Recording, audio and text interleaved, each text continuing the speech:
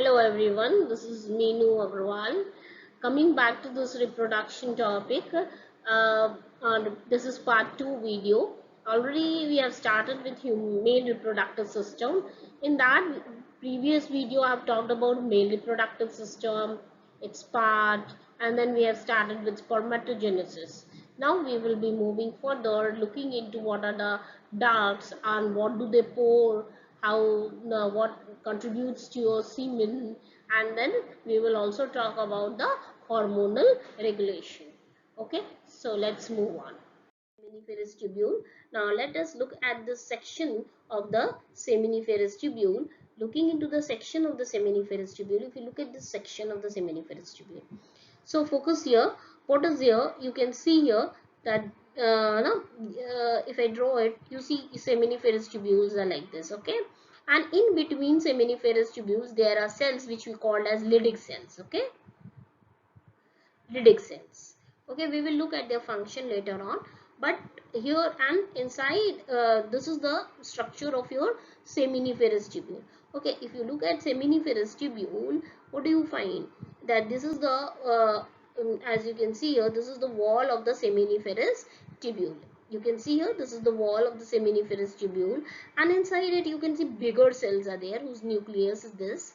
Okay, and these cells are called as what? We call them as Sertoli cells. So these bigger cells are called as Sertoli cells or nurse cells or mother cells, we call them. Okay, we also call them as nurse cells, as they help in feeding your these spermatogonial cells. Now these are the different stages of spermatogonial cells. As you can see, this is primary spermatocyte. See, look at the figure.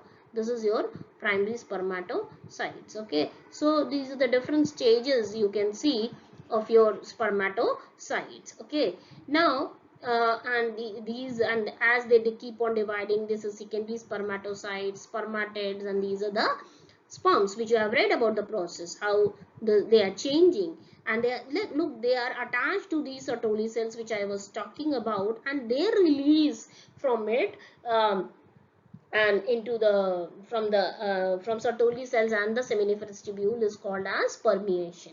Okay, so if I now if you see here, there is a very important thing about that, each Sertoli cells it extends from the outer membrane of the seminiferous tubule into the lumen. Okay, now Sertoli cells are joined to one another by tight junctions. Okay, there is a very tight junctions, and one of the videos I've told you about tight junction, that it seals, it doesn't allow anything to pass through it. Okay, therefore this Sertoli cells form a kind of a blood testis barrier.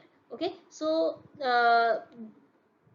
as I have told you, these are the nerve cells. Okay, and it is activated by your follicle stimulating hormone. We will look at that also later on, hormone action, when it will come. Firstly, I was talking about they form a tight junctions. Okay, these here also they form a tight junction. Okay, they don't allow anything to move into. Okay, they don't allow anything harmful substances from the interstitial cells to move into this area. They don't allow that to move. Okay, from outside to inside, neither now they allow these cells to move out. Okay, they form a kind of a blood testis barrier. Okay, now this barrier is what? This is very important. Okay, it plays very important role. Now it doesn't allow anything to move in and out, because if these cells can pass out into the tubule, then they will lead to what? They will stimulate the immune response. So if these cells are able to move out, then they will induce what? They will induce your immune response. Okay, so what do we see here? If these cells they move out, then they will induce what? Immune response. And what will happen? Your own immune system will kill them. Okay, so to prevent that, what is happening? There is a tight junction we find, and Sertoli cells provide them a form of a compartment that separates them sperm cells various stages of development. So it provides a compartment. As you can see here, this is providing a kind of a compartment. Okay, so you see here they are providing a kind of a compartment by which now they are separated, and therefore via tight junctions, and therefore we call it as what, blood testis barrier. So it provides both function to them, that it is protecting them also, it is providing a structural support, and it has got a secretory role also. As you know that it secretes hormones. No, it doesn't secrete any much hormone, only inhibin is released from here. You will see here that basically what is happening here, that it is activated by your follicle stimulating hormone. Okay, so FSH acts on your where, FSH is released from your pituitary, which acts on your Sertoli cells. We will talk about them further. Okay, so what do we see here, uh, that Sertoli cells consume the unneeded portions of the spermatozoa. Like in spermiogenesis, whatever the part is being, when differentiation is going on, some parts are being discarded, so those parts are being consumed by your what, it is being consumed by your this Sertoli cells. Okay, now we will be moving towards the hormone action. Let's look at the, okay, let's look first into the series of duct that store and transport sperm. Okay, yeah, we haven't discussed about them ki what are the substances that is being secreted by them. Okay, so and first of all we will look at one by one into them ki how the movement of the sperms, where you know that the sperms are being formed, where they are being formed in your seminiferous tubule. So from seminiferous tubule, how the sperms are moving, so from here they are moving into a larger coiled tube called as what, that is your epididymis. Okay, from epididymis these sperms no, and here and in the epididymis, they remember that the sperms uh, finish their what, maturation. Okay, here they are stored in epididymis. Sperms are stored temporarily, stored, and here they finish their what, the maturation.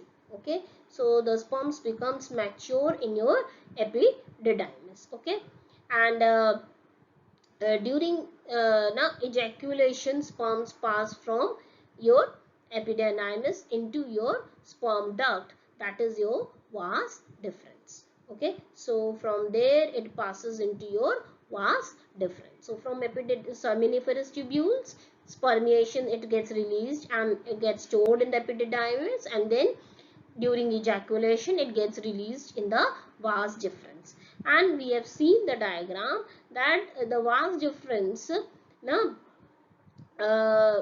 extends from the scrotum through the inguinal canal and into the pelvic cavity, and each vas deferens empties into a short ejaculatory duct that passes through the prostate gland. So we saw that as it was as the diagram was there, I was telling you, see the vas deferens was coming and looping over the your urinary bladder, and here was your seminal vesicles, and here you can see from the urethra, and here was the prostate, and this was the area where it was common for your seminal vesicles and your vas deferens, and this area is called as ejaculatory duct, which is ultimately pouring, which is going through your prostate gland and ultimately joining with your urethra. Okay, and then passes through the prostate and then comes into the what, urethra. As we see, ejaculatory duct is there, and then coming to the urethra, and then they are released from the body via your penis. Okay, so now by the time they are moving, and through various glands, what is happening, through various glands secretions are being poured into it, and that results into the formation of semen. So let's look at what are the different glands pouring into it. Okay, so let's look at that. Okay, we will see one by one. Okay, now if you look at here, the accessory glands now produce the fluid portion, as I said you, of the semen. And if you look at, approximately there is around 3 ml of semen is ejaculated during sexual climax, and which contains around 200 million sperms.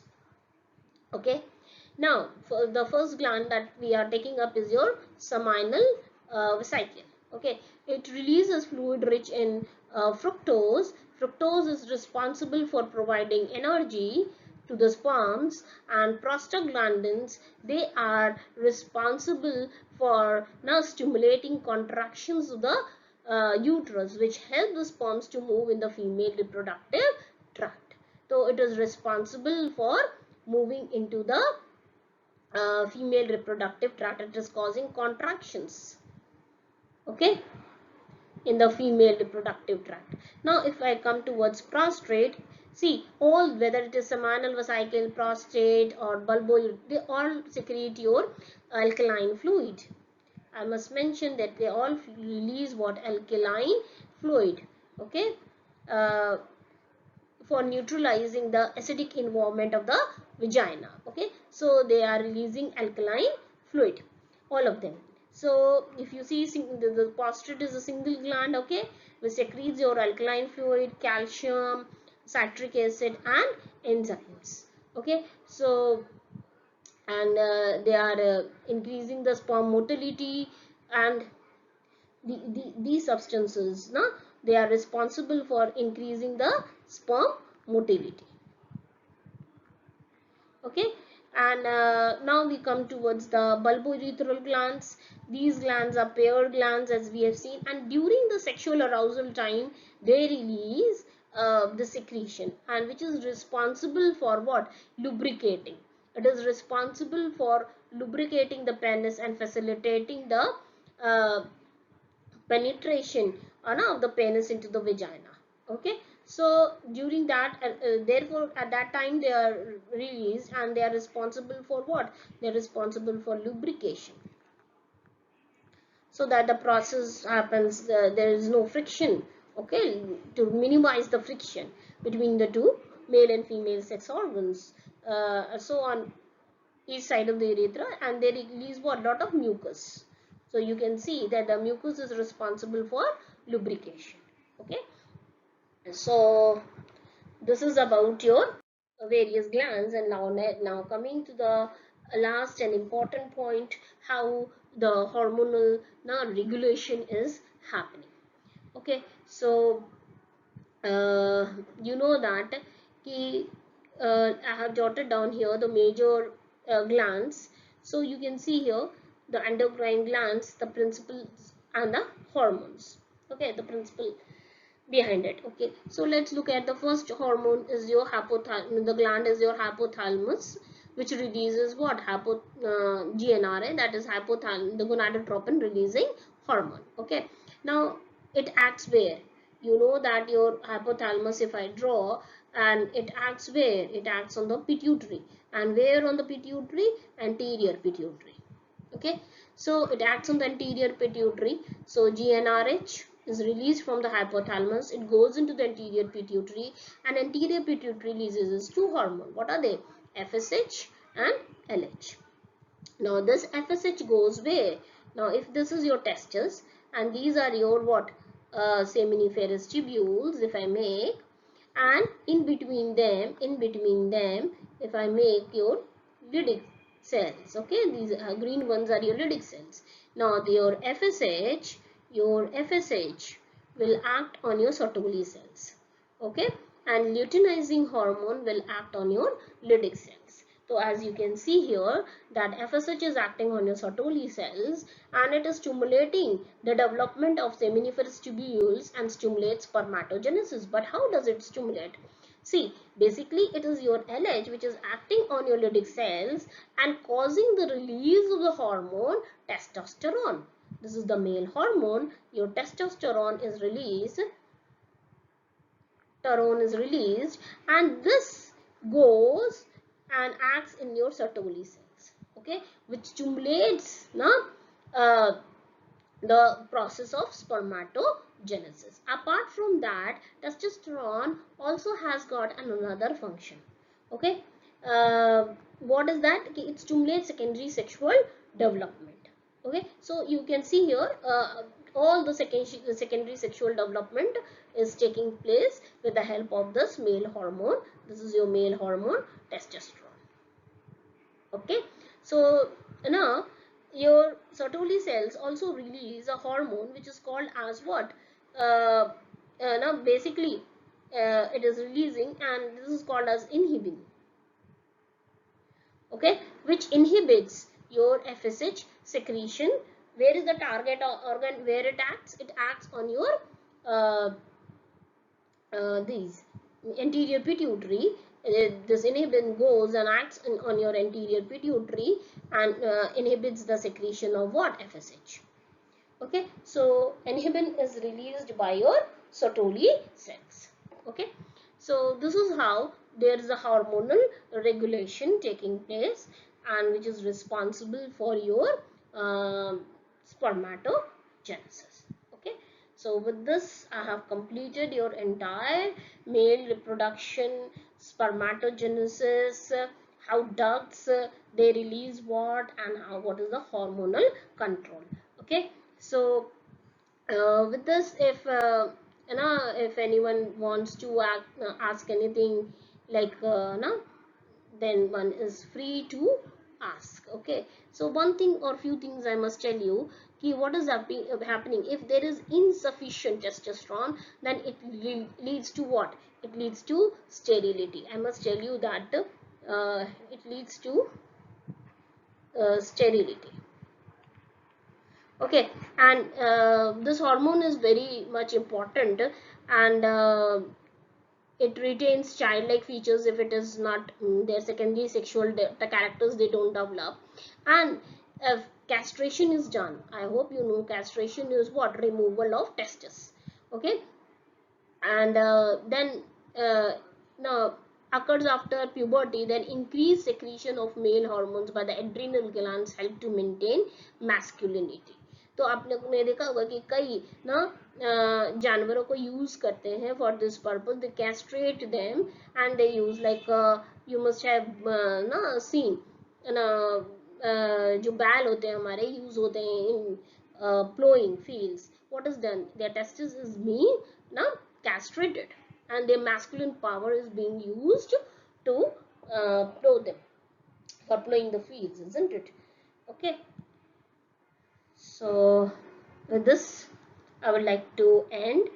uh, Thank you and for listening. Keep watching. God bless you all.